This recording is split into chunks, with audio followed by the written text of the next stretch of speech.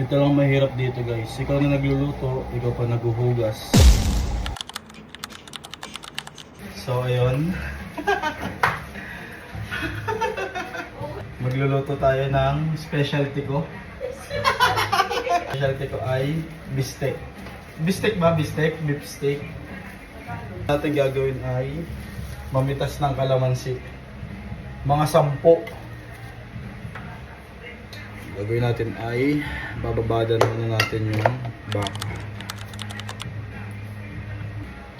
Lalagyan pa ito ng paminta.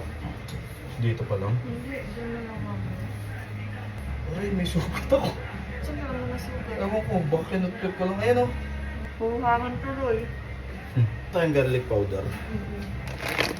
Nakakalimutan ko ano yung mga nilagay eh. Ay, ikat mo yun ah. Alam, kabisado ko to eh. Specialty mo. Oo nga. Siguro lumipat tayo. Ah, hindi ka nagtotoong garlic? Mamaya pa. Oo nga, hindi ko pa. Lalahat ko na to.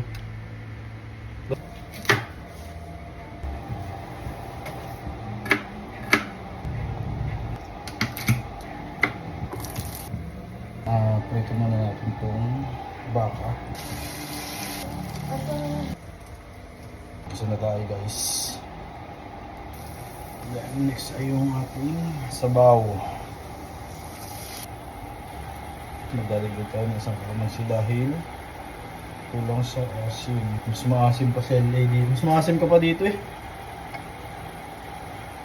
Pag ano talaga yan. Doon ng tubig dagat. Alam mo ba't ako nagprito? Para madaming hugas. Kitang-kita kung sino ang gumagawa dito sa household na to. Isa, pagkagising, kakain na lang. Pagkatapos magtanghalian, tutulog.